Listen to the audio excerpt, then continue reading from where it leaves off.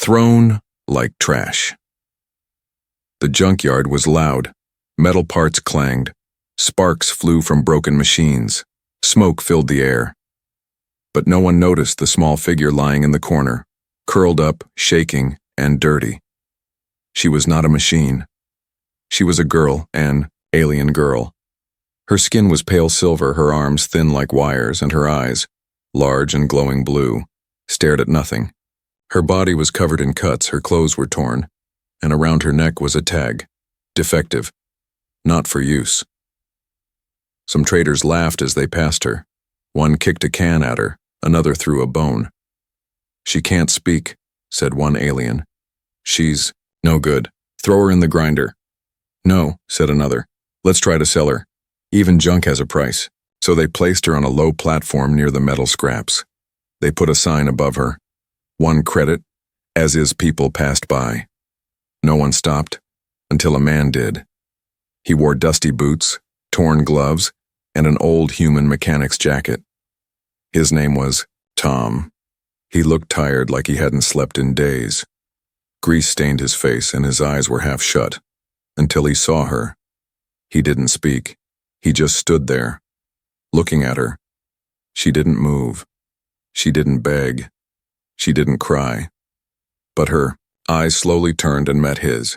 And for 1 second, just 1 second, hope appeared in them. Tom walked closer. "Is this a child?" he asked. "No." The trader laughed. "Just a broken model. Defective. Not real life." Tom knelt beside her. She smelled like smoke and oil. Her body was cold. "She's alive." "So what?" The trader shrugged. "Nobody wants her. 1 credit or we melt her." Tom reached into his pocket. He pulled out a single coin. That was all he had. He looked down at the girl again. Her eyes were still on him. No fear, no hate, just a quiet question. "Will you leave too?" He placed the coin on the table. The trader laughed. "Sold. You just bought yourself trash, human." Tom didn't answer. He gently picked her up in his arms. She was light, too light. Bones, metal, and skin, that's all. She didn't resist. She just rested her head on his chest. For the first time in her short life, someone had held her. As Tom walked away, the trader shouted behind him, "You'll be sorry, human. That thing's cursed." But Tom didn't care. He walked past rows of broken ships, past burning barrels and laughing crowds. He didn't stop until he reached his small transport cart parked near the edge of the junkyard. He placed her gently in the back seat, covered her with a blanket, closed the door. Then he sat in the driver's seat and sighed. What did I just do? The engine started, and they drove off into the desert night. The ride was quiet. The only sound was the wind. After some time, Tom looked back. She was still awake, watching him. "You okay?" he asked. No reply. He reached for a small water bottle and held it out. "You thirsty?" She blinked. Slowly, she took it. Her hands were shaking. She spilled a little, but she drank. Then, she whispered, "Why?" Tom blinked. "What?" "Why?" "Save me," she asked. Her voice was soft and broken, like it hadn't been used in years. Tom looked ahead at the road. Quiet, for a moment, 'cause no one else did. She didn't answer, but she held the bottle tight, as if it was the first thing that ever belonged to her. Tom's house was more like a workshop. Metal parts were everywhere, half-built machines, wires, tools. It smelled like oil and fire. He carried her inside and placed her on an old soft bench. He gave her food. She didn't eat much, just stared at him while chewing slowly. Then he noticed something. Her back, under her torn shirt, was not normal. Metal plates, screws, and strange glowing lines that pulsed like veins. He leaned closer. "You're not just any alien, are you?" She turned her head away, almost like she was ashamed. Tom didn't push her. "You can stay here tonight. he said. "I'll figure things out tomorrow." He placed a blanket over her, turned off the lights, sat at his workbench, and watched the stars through the dusty window. She lay still under the blanket, but her eyes stayed open. For the first time in her life, she was not afraid to fall asleep, because this time someone had saved her. Not for money. Not for use, but just to save her. The desert wind howled through the night as Tom stood outside his workshop staring up at the stars. He should have gone to bed. His body was tired, aching from long hours of machine work and old injuries. But something inside him wouldn't rest. Inside the workshop, on the padded bench near his tools, the alien girl lay asleep under a faded blanket. Her breathing was light, her small body barely making a dent in the cushions. She looked peaceful, but Tom knew better. He had seen her eyes that didn't belong to a machine or weapon. Those eyes belonged to someone who had been thrown away again and again, someone who had stopped believing in kindness. And still she asked, why? Tom didn't have a real answer. In the junkyard, the deal had felt strange. Too easy. 1 credit. And she was his? The traders didn't even haggle. They laughed like it was a joke. Tom wasn't sure if he had bought a girl, saved a life, or walked into a trap. Either way, he had made the deal. Morning came slowly. The workshop smelled of oil and metal. Tom made a simple breakfast, reheated bread and warm synth milk. When he placed the tray near her, she opened her eyes, blinking softly. "You need to eat," he said. She looked at the food, then at him. "What's your name?" she asked, her voice still quiet and unsure. "Tom," he replied. "What about you?" She paused. Then, slowly, "I don't know." Tom sat beside her, careful not to startle her. "You don't remember?" She shook her head. "Do you remember anything? Where you came from? Who made you?" Silence. Tom sighed. "All right, we'll take it slow." After breakfast, Tom began cleaning up the workshop. The girl, he started calling her Nova in his mind, watched him closely. Every sound made her flinch. Every tool he picked up made her tense. She didn't trust him. Not yet. But she stayed. Hours passed. The sun rose higher. Then, while adjusting a gearbox, Tom noticed Nova staring at her own hand. She turned it slowly, studying her fingers like they were new to her. One of the fingers clicked open, revealing a small glowing chip inside. Tom rushed to her. "Wait, don't touch that." She looked at him, confused. "Why?" He carefully examined the chip. It had a tiny blinking red light. "I think this is a tracker," he said slowly. "They were watching you. Maybe they still are." Nova's face turned pale. "They'll come back." Tom felt a chill. "Let's hope not, but if they do, they'll have to go through me first."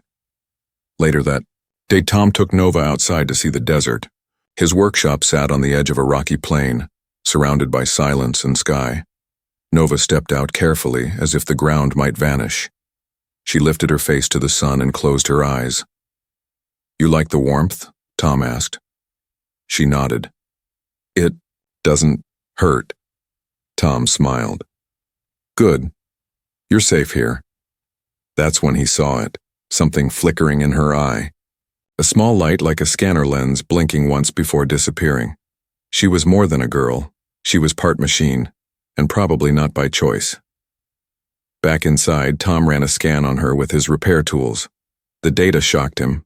Inside her were dozens of coded barriers, locked programs, and warning files marked experimental use only and do not activate. She wasn't just discarded.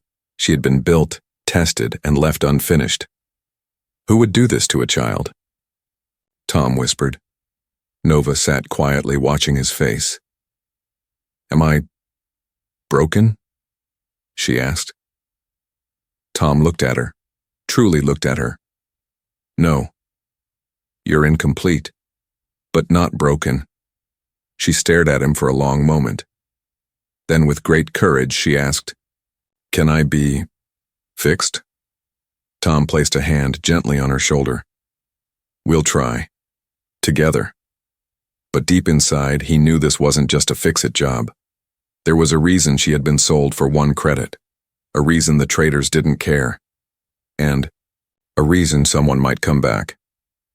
As the sun set, Nova sat beside him on the floor watching him work. She said nothing, but every now and then she'd ask little questions. What's that tool? What does it do? Why does fire hurt metal? Tom answered them all patiently, even when her questions didn't make sense. It wasn't just curiosity. It was learning, rebuilding. Later that night, as Tom turned off the lights, Nova whispered something. Tom, yeah? Thank you for not leaving me. He didn't answer. He just smiled in the dark. The deal might have confused others, but to Nova, it was the first time she was ever chosen, and to Tom, it no longer felt like he had saved her. It felt like she had saved him. The days passed slowly inside Tom's desert workshop. The air smelled of dust and old oil, and the silence was often broken by the sharp clink of tools and the quiet hum of power cells. But inside that silence, something began to grow. Trust. Nova no longer flinched when Tom walked close. She no longer stared at her hands like they were strangers.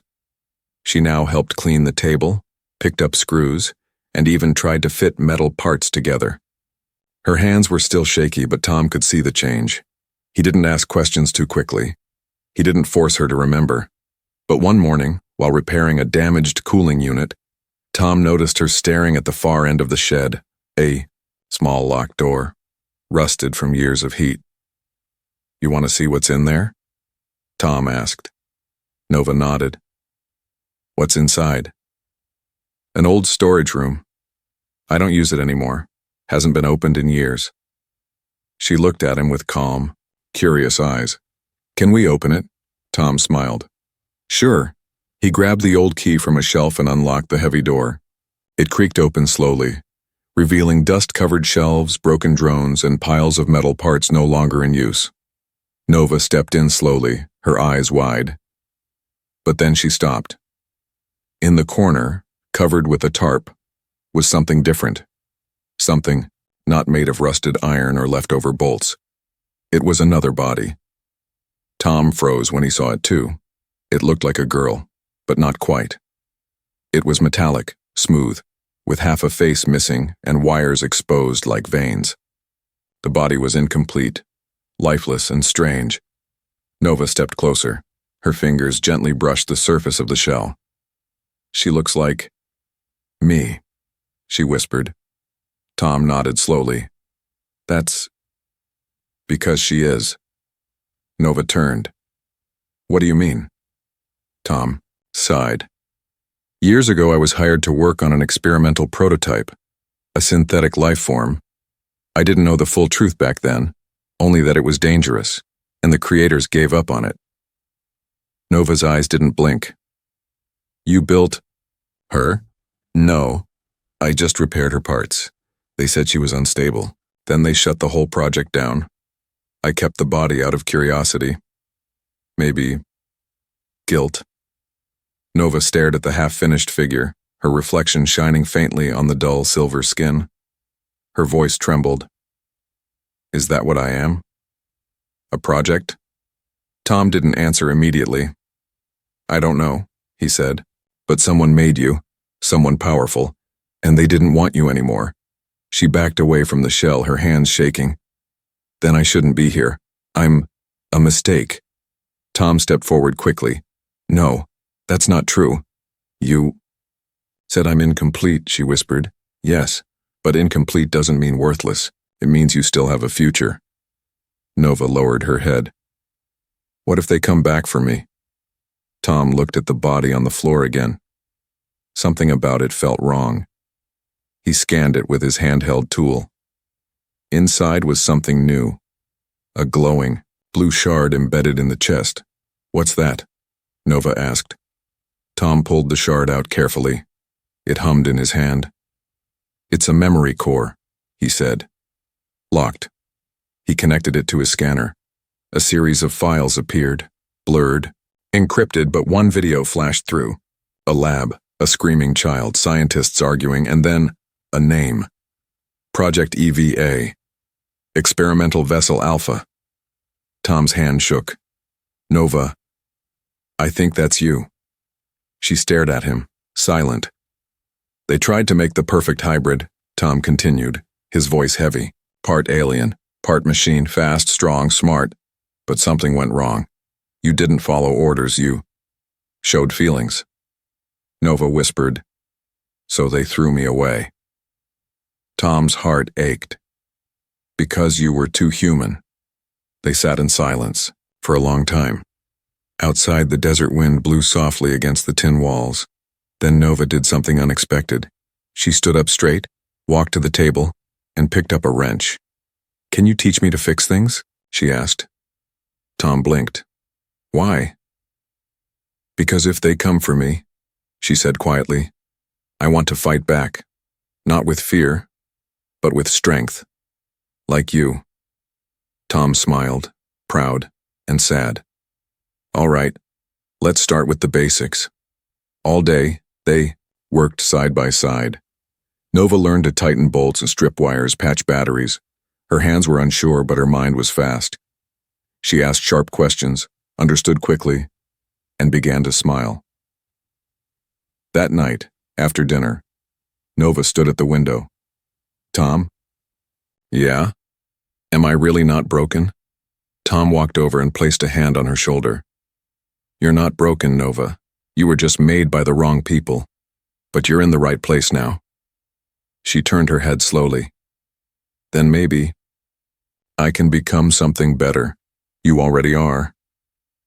As the stars appeared in the sky, Nova closed her eyes, not to shut the world out, but to feel it.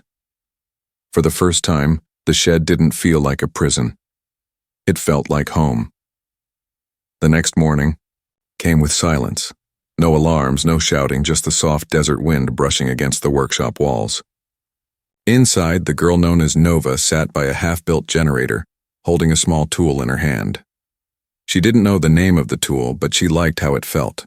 Smooth, balanced, useful. Tom sat across from her, drinking from a rusty mug. His face was tired, eyes heavy but calm. He'd worked late into the night, thinking, fixing, wondering. What kind of man brings home a girl built to be a weapon? What kind of man keeps her safe? And why? Did it feel so right? Nova looked up at him and spoke softly. What's this called again? Tom raised an eyebrow. That's a torque spanner. She nodded, repeating it in her mind. Torque. Spanner. Tom smiled. You're getting better. Nova gave a small smile too, then glanced at the metal parts scattered across the floor. Can I try fixing the panel now? Sure, Tom said, standing up. But be careful with the wires. Blue is power, red is sensor. Cross them and the whole board fries. I remember, she said quickly. As she bent down to work, Tom watched her quietly. Just a few days ago, she had barely spoken a word. Now she asked questions, practiced tools, even tried to joke once, clumsy but sweet. He didn't expect this much progress. But it was her eyes that told the real story. They no longer looked empty. They looked alive. Hours passed, and Nova completed her task. The power grid hummed softly, perfect connection. Tom clapped slowly. Not bad, Nova grinned faintly. I didn't burn anything this time. Nope, that's improvement. Then she stood up and walked toward him with purpose. Her eyes serious, her voice clear. Tom, I want a name. Tom blinked. You mean you don't want to be called Nova? She shook her head. That's just what you thought. I want to name myself. Tom nodded. All right, did you choose one? She looked down at her hand. The same hand that once held a tracker, the hand that once shook with fear. Ina, she said. Tom tilted his head. Why Ina? It's short, she said simply, and sounds new, like me. Tom gave a warm smile. Then Ina it is. She stood taller, like the name made her. But just as peace settled over them, a noise outside broke it. A soft hum, strange and low. Not desert wind. Not machines. It was a drone. Tom moved fast, peeking out through the cracked window. A black surveillance drone hovered near the hills, scanning the area. Its red light blinked. Then it turned and vanished into the sky. Tom cursed under his breath. Ina's face went pale. They found me. Tom turned to her. Maybe not yet, but they're looking. Will they take me back? Tom gritted his teeth. Not while I'm breathing. That night, Tom pulled out old parts from a locked trunk, cloaking nets, EMP, triggers, signal blockers, stuff he hadn't touched in years, not since he left the war zones. Ina watched him, quiet. Were you a soldier? She asked. Tom paused. Something like that. Did you ever kill anyone? He looked at her carefully. Yes. She didn't flinch. Would you kill again? Tom stared down at the blaster in his hands, then back at her. If it meant keeping you safe? Yes. Ina nodded once. No more questions. Later, while Tom set traps around the outer fence, Ina sat inside holding the memory core they had recovered from the broken body. She connected it to a small interface and watched the old video again. She saw the lab. The men in white. The other versions of her screaming, breaking, failing. And she saw herself. Not broken, not dangerous, just scared. A girl, not a weapon. Tom returned as the sun dipped low. His shirt was dirty, hands scratched, but his eyes were focused. We've got protection now, he said. Ina looked at him. You don't have to do all this. Tom gave a tired smile. Yes, I do. But why? She whispered.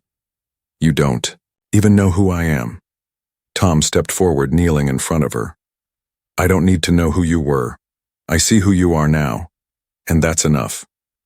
Her hands tightened around the memory core. I remember something. Tom sat beside her. Tell me. I was in a cold room. There were lights, wires, and I was crying, but no one listened. They just watched. She shook her head, voice trembling. I screamed for them to stop, but they didn't. I didn't want to be strong. I just wanted to be free. Tom placed a hand on her back. You are free now. Her eyes filled with tears, but they didn't fall. She looked out the window at the stars. I want to live, Tom, not just survive. I want to build, fix, learn, feel. Tom nodded. Then you will. She smiled. A real smile this time. And then softly, clearly, she said the words she had never dared speak before. I'm not afraid anymore. Tom had seen many strange things in his life. Alien technology, outlaw weaponry, creatures that didn't bleed. But nothing had ever made his hands shake like what he saw inside Ina.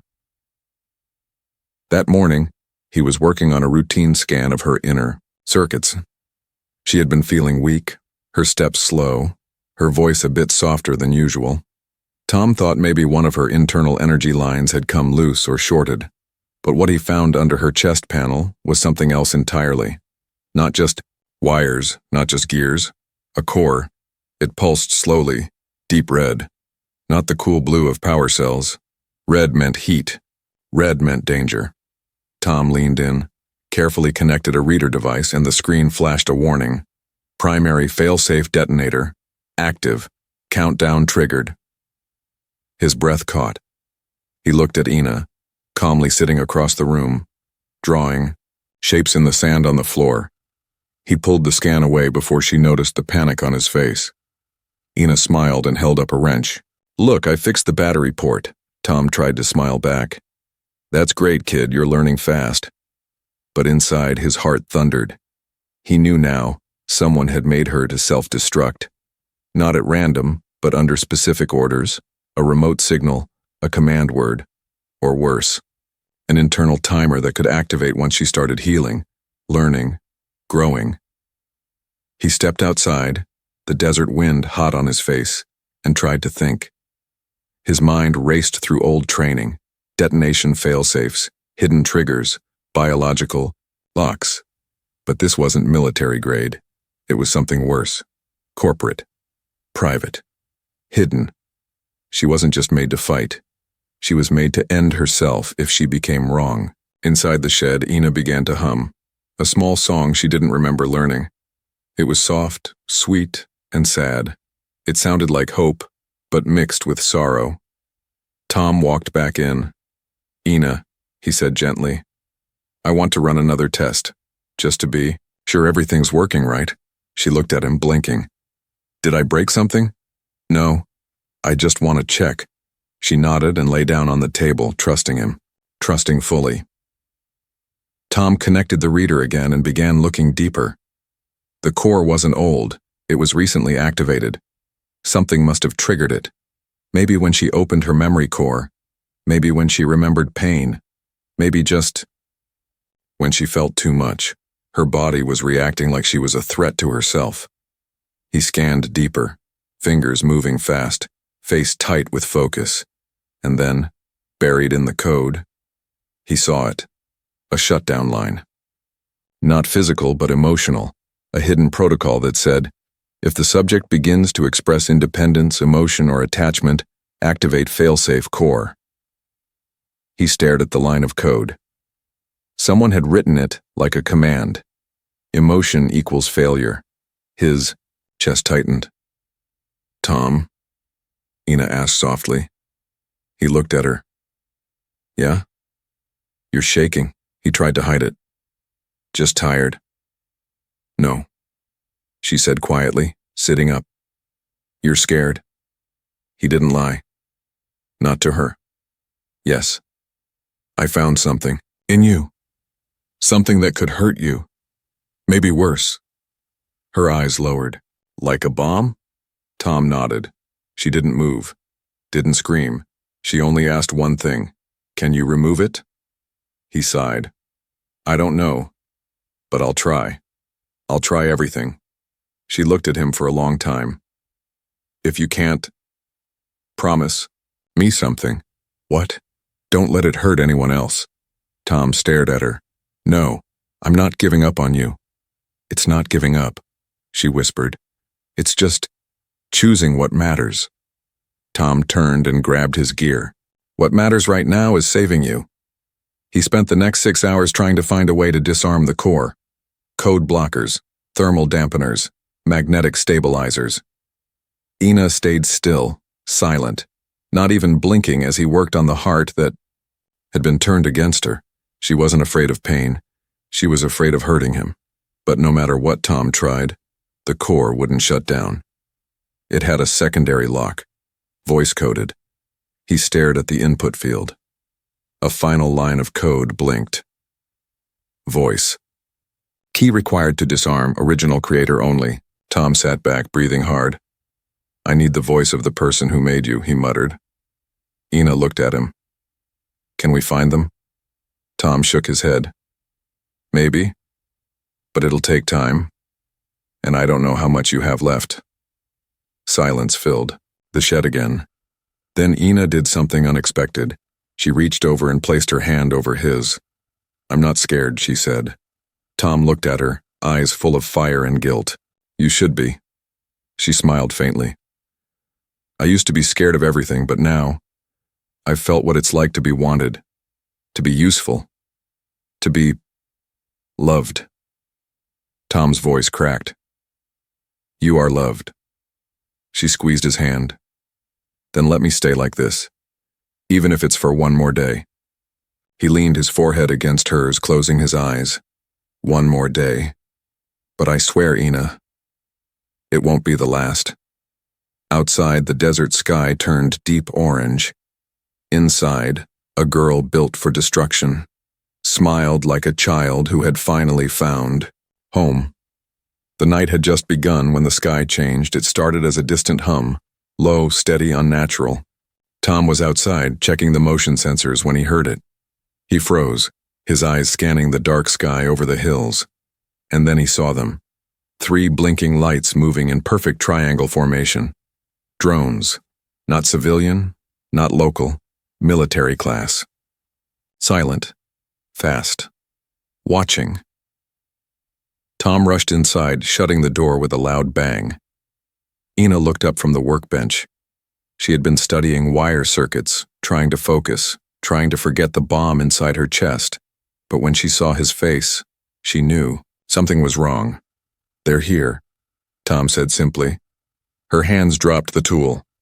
"Them?" He nodded. "They found you." Ina stood slowly, her expression calm but her heart racing. "What do we do?" Tom moved fast. "We hide you. Deep, behind the workshop wall. I've got a shielded compartment. Signal-proof. They won't detect you." Ina didn't move. "And you? I'll talk to them." "No," she said sharply. "They'll take you, or kill you." Tom gave a tired smile. "I've faced worse. I'm not letting them take you. Not after everything." She wanted to argue, but time was short. He led her to the back wall, pulled aside a dusty metal shelf, and opened a false panel. Inside was a small space, barely enough for her to sit. He tossed in a power pack, a water flask, and a small light. "Stay quiet, no matter what you hear." Ina hesitated, then reached out and grabbed his sleeve. "Promise me one thing." "What?" "If they take me, don't come after me alone." He placed a hand on her head. "I won't let them take you at all." The moment she slipped behind the wall, Tom sealed it shut. The hum grew louder. Then suddenly, it stopped. A knock came at the door, soft but chilling. Not a knock of politeness, but one of authority. Tom opened the door slowly. Standing outside were, two figures, not robots, not aliens, humans, but not like him. These men wore clean black coats, no dust, no dirt, no kindness. Their eyes scanned every inch of him. "Tom Harlan," one said. "Mechanic, ex-combat engineer, desert registered." Tom nodded slowly. "That's me." The man didn't smile. "We're looking for something that went missing. A stolen prototype, Project EVA." Tom raised an eyebrow. "Never heard of it." The second man stepped forward, holding a data pad. "Surveillance from junk sector shows you purchasing a unit labeled defective. We believe it was the missing asset. Highly dangerous." "Defective?" Tom said, pretending to think. "Oh, that. Looked more like a damaged helper bot. Junk. I scrapped it." The first man narrowed his eyes. "Scrapped?" Tom nodded. "Didn't even work, too many faults." There was silence. Then the man stepped closer. "We can scan the premises. Make sure." Tom didn't move. "You got a warrant?" The man's lips thinned. "This is Sector 9. We don't need one." Tom didn't blink. "Then I suggest you leave before this becomes a different kind of visit." The men stared at him for a long moment. Tom didn't back down.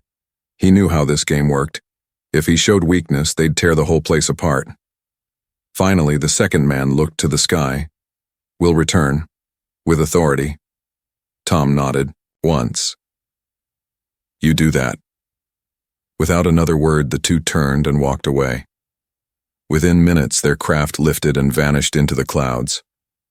Tom stood still until he could no longer hear the hum. Then he turned and rushed back inside. He opened the panel. Ina was curled inside, eyes wide. "They were human," she whispered. "Why?" Tom helped her out. "Not normal humans, black site agents, government or private military. You were made by someone with power." She hugged herself. "I'm not safe anymore."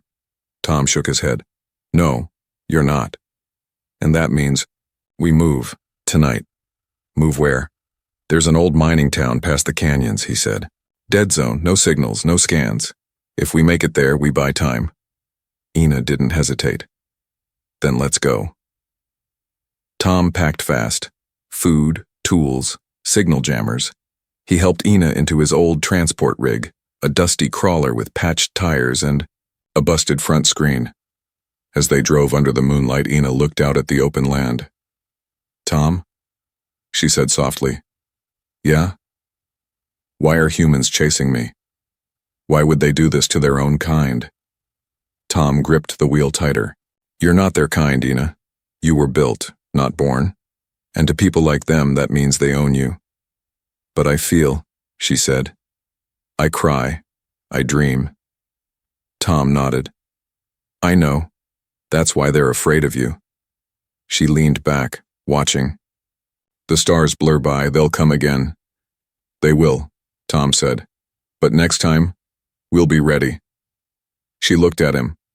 No longer the scared girl from the junkyard, but someone stronger, someone hunted, but not helpless. The desert wind howled louder now, not from nature, but from war.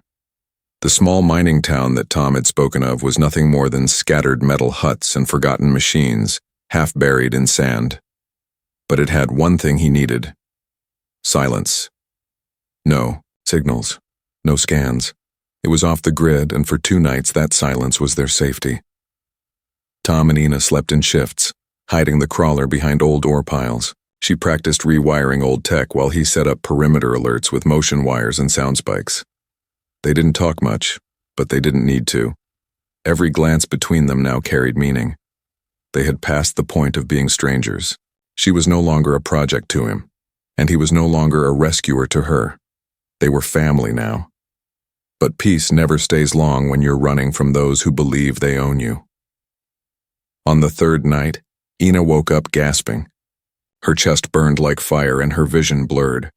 Tom rushed to her side, feeling the pulse of heat coming from under her skin. It's the core, she whispered, holding her chest. It's speeding up. Tom scanned her quickly. The failsafe had entered final stage. The countdown wasn't hours anymore, it was minutes, and the shutdown command was still locked, hidden behind a voice code they didn't have. We need to get it out, she whispered, sweat rolling down her silver skin. Please, Tom. I don't want to hurt you. Tom stared at her and said, nothing. Then without another word, he stood up, yanked the tarp off a dusty table and began preparing. No anesthetic, he muttered. No room for mistakes. You're going to cut it out, she asked. I'm going to try, he said. Unless you'd rather explode? She gave a broken laugh. Do it. Tom sterilized the tools with heat, then helped her lie down. Her breathing was uneven, but her eyes were calm. I'm scared, she whispered. Tom placed his hand on hers. I'm terrified. She smiled. Then the slicing began. The moment the blade touched her chest panel, a shockwave of heat burst through the room. The failsafe core began resisting, wires flexing, systems pulsing. It didn't want to be removed. It had been designed to survive extraction, but Tom had spent his life fixing the impossible. His hands moved fast, his breath steady. Ina bit her lip to stop from screaming. Sparks flew. Blood mixed with fluid. And finally, his fingers, wrapped around a sphere no larger than a coin, pulsing red. The core, still alive, still counting. Tom held it up. Done. Ina sat up with a gasp, pain flooding through her, but she didn't explode. Her heart still beat, and for the first time since she could remember, her body was her own. But their victory didn't last long. Outside, the sky roared. Dropships. Tom looked out the broken window. They're here. Black-cloaked soldiers dropped. From above, armed, cold, moving like machines. One spoke into a comm device. Target confirmed. Execute capture. Kill the man. Tom locked eyes with Ina. I'll hold them. No. She tried to stand. Listen to me. You've got a chance now. You're free. Don't waste it. He handed her a small chip. What's this? She asked. The backup. Your code, your memories, everything. You lose this, they win. She looked at it. Then at him.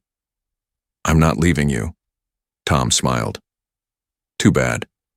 He turned, grabbed an old plasma cutter and rushed out the door. Ina watched him disappear into smoke and sand. The fight was loud. The cutter's beam lit the night. Soldiers screamed. Shots echoed across metal and dust. Ina clutched the chip, heart pounding. Then she heard it. Tom's voice shouting, and then silence.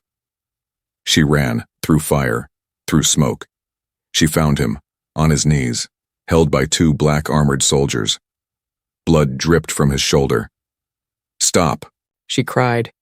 One of the men looked at her and raised a shock lance, but before he struck, she stepped forward and spoke with a voice that wasn't hers alone. It was everything she had become.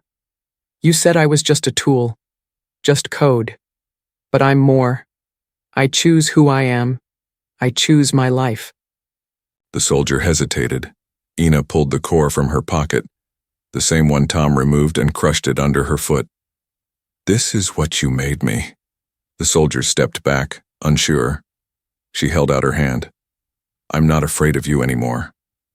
Something shifted in the air, and then from behind came Tom's voice. "You hurt her." He stood again, bleeding but alive. Holding the shock lance now, together they stood side by side, and the soldiers left. They didn't speak, didn't fire, they just turned and vanished back into the smoke. Later, as dawn rose over the desert, Tom and Ina sat by the crawler. "You saved me," he said quietly. Ina leaned on his shoulder. "You gave me something first." "What's that?" She smiled. "A reason to live." He looked at her, and in that moment he knew. She wasn't just worth saving. She was worth more than anything.